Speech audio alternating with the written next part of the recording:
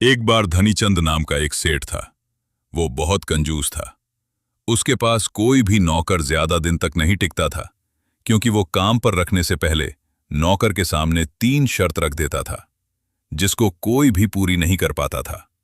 एक दिन मदन नाम का एक लड़का सेठ के पास नौकरी मांगने आया।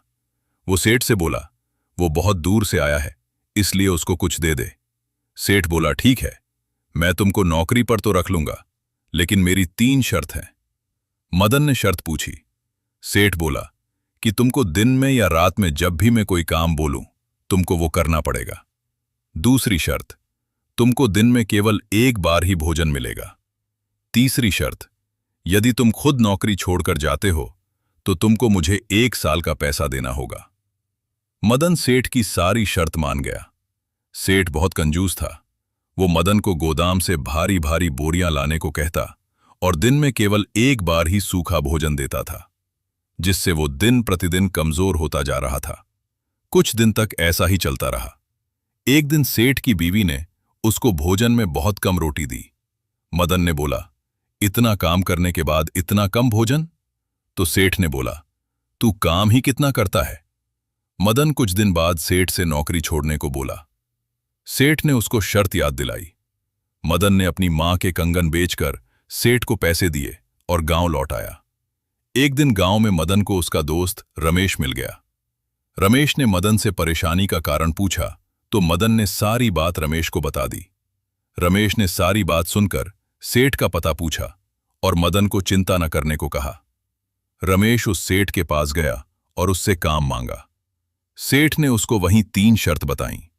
रमेश बोला, सेठ जी, मैं तो आपकी 3 शर्त मानने के लिए तैयार हूं, लेकिन आपको भी मेरी एक शर्त को मानना होगा।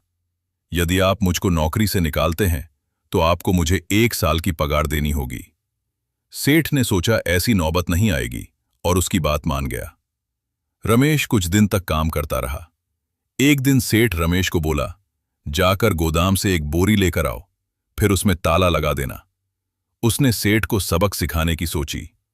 उसने बोरी निकालने के बाद गोदाम का ताला बंद नहीं किया, जिससे चोर उसकी सारी बोरी लेकर चले गए।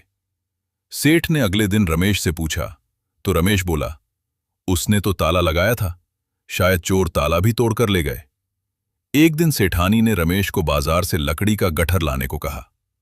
लकड़ी लाने के बाद रमेश ने पूछा, ये लकड़ी का गट्ठर कहां पर रखूं?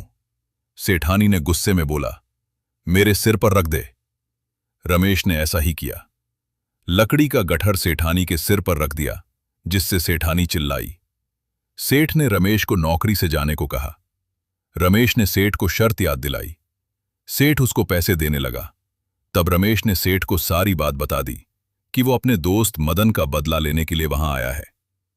उसने सेठ से मदन के पैसे लौटाने को कहा। सेठ ने रमेश को मदन के पैसे लौटा दिए। रमेश ने गांव आकर पैसे मदन को दिए, जिससे मदन बहुत खुश हो गया।